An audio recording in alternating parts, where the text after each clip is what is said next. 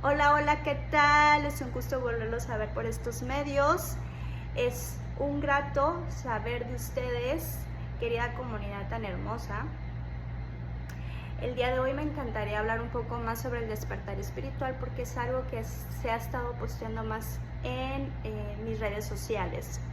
Y me encantaría saber cómo fue tu parte de tu despertar espiritual, si lo has experimentado o si todavía no llega a ese punto. No importa, en el punto en el que estés o en el proceso en el que estés, está bien y correcto para ti. Tu alma es el que te va a guiar al final de cuentas cuando es necesario y cuando no es necesario. Si no estás en este proceso no pasa nada. Pero el despertar espiritual no es algo que tengas que forzar. Esa es la noticia de todo esto. No lo puedes forzar, simplemente llega este llamado, un llamado muy profundo del alma que necesita sacudir toda tu realidad que estás viviendo o toda tu percepción distorsionada en la que tú estás viviendo. Y bueno, esto me pasó a mí hace 10 u 11 años aproximadamente, que tuve mi primer despertar espiritual, mi primer contacto espiritual, que yo no tenía nada de conocimiento sobre ello. Yo no tenía conocimiento sobre lo que es la energía, lo que es la espiritualidad. Yo confundía la espiritualidad con religión. De hecho, para mí fue un caos al principio separar estas dos situaciones, hasta que pude entender y comprender la diferencia de uno y otro.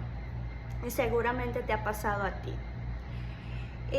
Cuando yo desperté a esa frecuencia nueva, yo sentí en ese momento como algo en mí estaba cambiando, algo en mí se estaba poniendo en el correcto, perfecto orden. No lo podía explicar con las palabras en ese momento, pero sí podía sentir una energía en mi interior que pasaba por todo mi cuerpo y sobre todo explotaba en coronilla. Yo sentía que estaba saliendo algo de mi coronilla, que no lo podía entender en ese momento.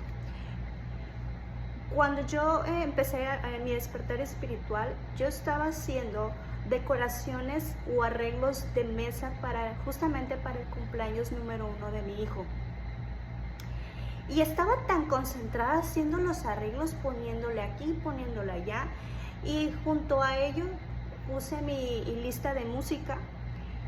Y había una letra en particular de una música que ya me habían dedicado hace algunos años atrás, que yo no le había puesto atención a la letra. Yo la ponía, pero no le hallaba el sentido por qué la canción y lo que decía no le tenía como un sentido, ni siquiera le había puesto atención.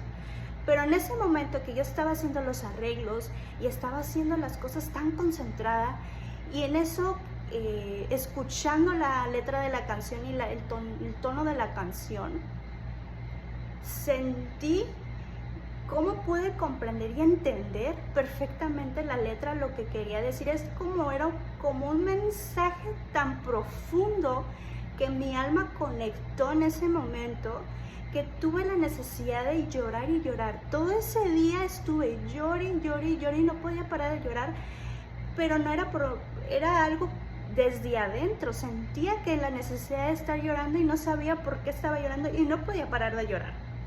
Yo sentía que adentro de mí algo había resonado, había algo que se había quebrado. Y esa misma situación lo pudo observar las personas de mi familia que estaban alrededor, que estaban cercanas en ese momento. O sea, pudieron notar algo te está pasando, pero no era algo como que estuviera sufriendo, sino era algo diferente, podían percibirlo. Entonces mi despertar espiritual empezó hace 10 años. A lo largo de mi vida, mi despertar espiritual ha estado cambiando porque lo ha estado integrando con diferente autoconocimiento, diferentes frecuencias, niveles de conciencia. Han sido diferentes, es decir, que puedes tener varios despertar espiritual con diferentes e importantes aprendizajes de autoconocimiento. De tal manera que hoy te puedo decir que la persona que solía ser hace 10 o 11 años, que tenía una formación de abogacía, y por lo regular los abogados tenemos esta tendencia de ser como muy duros, muy insensibles y en algunas otras connotaciones muy lógicos. Bueno, yo solía ser así. Entonces, dime tú, cómo fue tu despertar espiritual y si tú estás en ese proceso o no estás en ese proceso. De igual forma, eso es algo que no controlas, es algo que llega y todos tienen su momento correcto y perfecto de que las cosas sucedan. Soy Ana Mosqueda y te veo en el siguiente video. Hasta luego.